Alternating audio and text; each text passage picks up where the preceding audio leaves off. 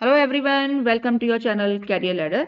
आज की इस वीडियो में हम बात करेंगे उन मोस्ट फ्रीक्वेंट एरर्स के बारे में जो हिंदी सेंटेंसेस को इंग्लिश में ट्रांसलेट करते समय अक्सर होती हैं। तो चलिए स्टार्ट करते हैं।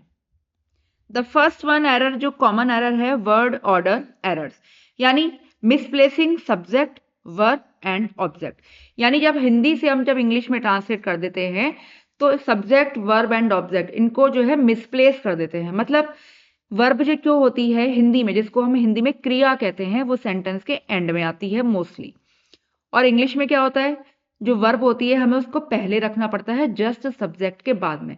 जैसे यहाँ पर एक एग्जांपल लिया हमने, मैंने उसे देखा। इसको इनकरेक्टली ट्रांसलेट किया इसी सीक्वेंस में जिस सीक्वेंस में सेंटेंस दिया हुआ है। मैंने उसे देखा, आई हिम सॉ। यानी जिस सीक्वेंस में हमें हिंदी का ट्रांसलेशन दिया हुआ है, हिंदी का सेंटेंस, उसी में हमने इंग्लिश में ट्रांसलेट कर दिया। जबकि ऐसा नहीं होता है। पहले इंग्लिश में हमें ट्रांसलेट करने के लिए क्या करना होता है, पहले सब्जेक्ट लिखते हैं, उसके बाद हम वर्ब लिखते हैं, फिर लिखेंगे ऑब्जेक्ट। तो सीक्वेंस क्या होगा, मैंने, आई, देखा पास्ट टेंस है तो वर्ब लगाएंगे हम पहले सब्जेक्ट के जस्ट बाद, सॉ, उसे, हिम। और हर का यूज भी कर सकते हैं। अगर मेल जेंडर की बात हो रही है तो हिम लगाएंगे, अगर फीमेल जेंडर की बात हो रही है तो हर। तो मैंने उसे देखा, आई सॉ हिम या I saw her. Literal translation यानी translating word for word instead of understanding context. अब हिंदी से जब हम इंग्लिश ट्रांसलेट करते हैं तो सबसे बड़ी जो कॉमन एरर हम ये करते हैं कि हम उसी तरह से ट्रांसलेट करने की कोशिश करते हैं जिस तरह से हमें हिंदी का सेंटेंस दिया होता है, बिना ये समझे कि उसमें हमें क्या सेंस दिया हुआ है इसका या क्या कॉन्टेक्स्ट है, ये समझे बिना हम उसे ट्रांसलेट कर देते हैं।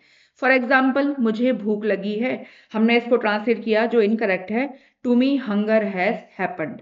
नहीं, इसका मतलब है मुझे भूख लगी है का मतलब मैं भूखा हूं। तो सिंपली हमें कुछ नहीं करना है, हमें केवल लिखना है आई एम हंग्री। मैं भूखा हूं, मुझे भूख लगी है या मैं भूखा हूं। Confusion with tenses. अब टेंसेस में जब कंफ्यूजन हो जाता है तो अक्सर ऐसी गलती होती है।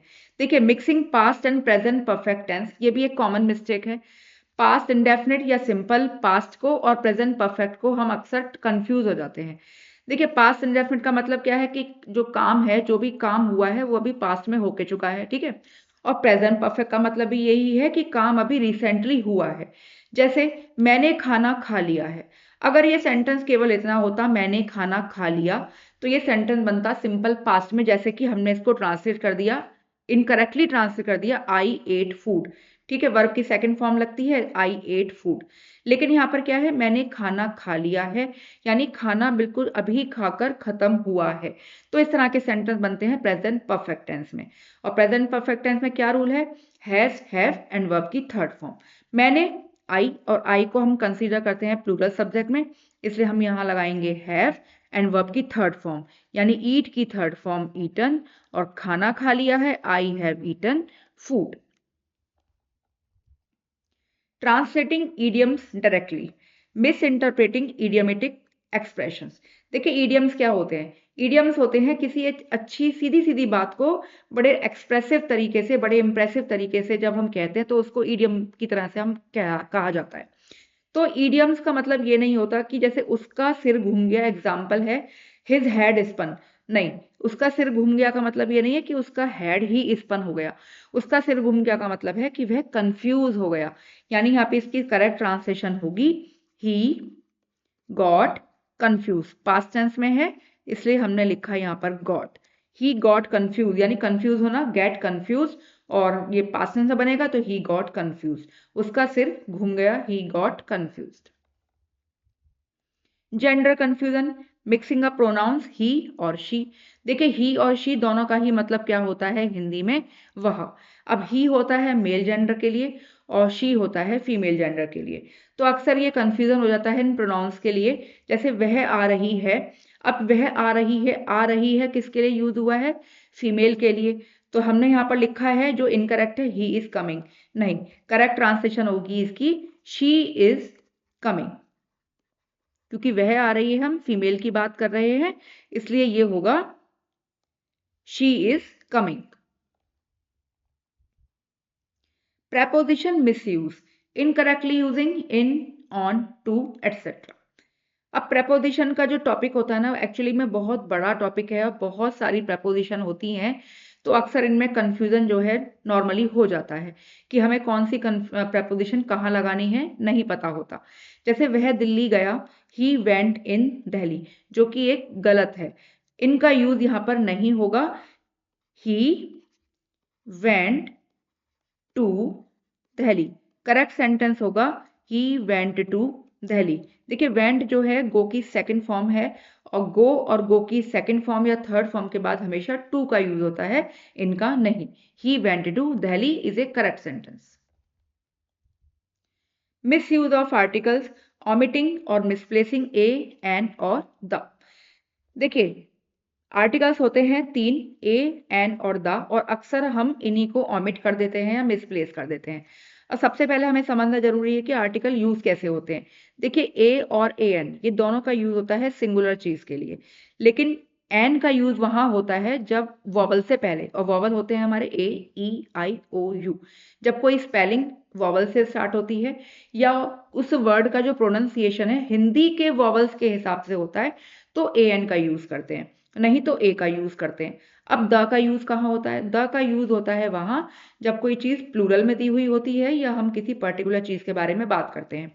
मैंने एक किताब खरीदी, अगर ये सेंटेंस होता मैंने किताब खरीदी, तो भी हम इसको कंसीडर करते थे एक किताब खरीदी। तो यहाँ पर सेंटेंस दिया आई बॉट बुक, जो कि गलत है क्योंकि यहाँ पर आर्टिकल का यूज नहीं किया गया। अब किताब खरीदी या एक किताब खरीदी, इससे पहले ए का यूज होना जरूरी है। मैंने एक किताब खरीदी, करेक्ट सेंटेंस होगा आई बॉट ए बुक। देखिए बी जो है वॉवल नहीं है, बी कॉन्सोनेंट है, और बुक जो है सिंगुलर है, इसलिए हम यहाँ पर ए एन का यूज ना करके ए का यूज करेंगे, I bought a book. Over use of that, Hindi use की to connect clauses which learners often translate as that even when unnecessary. देखिए हिंदी में हम जब दो क्लॉजेस को कनेक्ट करते हैं तो की का यूज करते हैं, ठीक है, और उसको हम इंग्लिश में ट्रांसलेट करते हैं एज दैट, यानी की ट्रांसलेशन होती है दैट, लेकिन हर बार की की जगह पर दैट लगाया जाए ये जरूरी नहीं है। एग्जाम्पल, मुझे लगता है कि तुम सही हो, I think that you are right. देखिए यहाँ पर जो दैट का यूज है वो अनएप्रोप्रिएट है, क्योंकि यहाँ थिंक के बाद दैट की जरूरत नहीं है। वैसे की का जो ट्रांसलेशन होता है वो दैट ही होता है, लेकिन हर जगह दैट का यूज किया जाए ये जरूरी नहीं। तो सही ट्रांसलेशन होगी I think you are right, यानी थिंक के बाद में दैट की जरूरत नहीं है। I think you are right. Incorrect verb forms using wrong tenses due to confusion. देखिए जब टेंसेस की नॉलेज नहीं होती है तो कंफ्यूजन तो होता ही है, और इसी कंफ्यूजन की वजह से हम टेंसेस का गलत यूज करते हैं। जैसे वह खेल रहा है, खेल रहा है तो प्रेजेंट कंटिन्यूअस है, और इसको हमने ट्रांसलेट कर दिया ही प्लेज, जो कि सिंपल प्रेजेंट में है, तो ये गलत हो गया। वह खेल रहा है प्रेजेंट कंटिन्यूअस है, देखा जाए तो खेल रहा है या ही प्लेज दोनों ही सेंटेंस प्रेजेंट में है, लेकिन ये प्रेजेंट कंटिन्यूअस में बात दी गई है, वह खेल रहा है, तो इसको प्रेजेंट कंटिन्यूअस में ही बनना चाहिए। और तो प्रेजेंट कंटिन्यूअस में यूज होता है या रूल होता है हमारा is, am are and verb की first form plus I N G. अब ही है सिंगुलर पर्सन, तो हम लगाएंगे इज, और वर्ब की फर्स्ट फॉर्म प्ले, उसमें लगाया हमने आई एन जी। वह खेल रहा है, he is playing. Missing be verbs, leaving out is, am और आर। देखिए बी की फॉर्म्स होती हैं इज, एम और आर।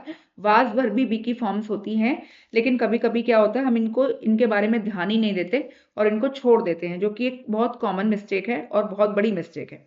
वह मेरा भाई है, ही माई ब्रदर। यहाँ पर हमने कोई भी बी की वर्ब्स यूज ही नहीं की। वह है, अब वह के साथ में है यानी इसका आना जरूरी था, तो he is my brother, correct sentence होगा he is my brother. Over use of only, over emphasizing ही और तो लिटरली। देखिए हिंदी में अगर ही किसी काम पर जोर डालने के लिए, या तो वो भी किसी काम को जो किसी काम पर जोर डालने के लिए किया जाता है, जैसे यह काम मैंने ही किया, ठीक है, तो हम ही को ट्रांसलेट कर देते हैं ओनली से। नहीं, ये गलत है। यह काम मैंने ही किया, हम इस पर जोर डाला जा रहा है कि ये काम मैंने ही किया। This work I did only. Only का यूज यहाँ पर सही तरीके से नहीं हुआ।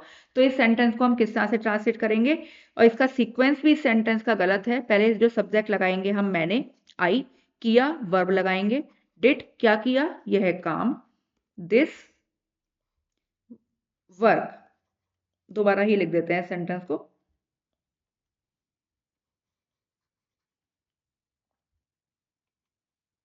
I did this work. यह काम मैंने किया।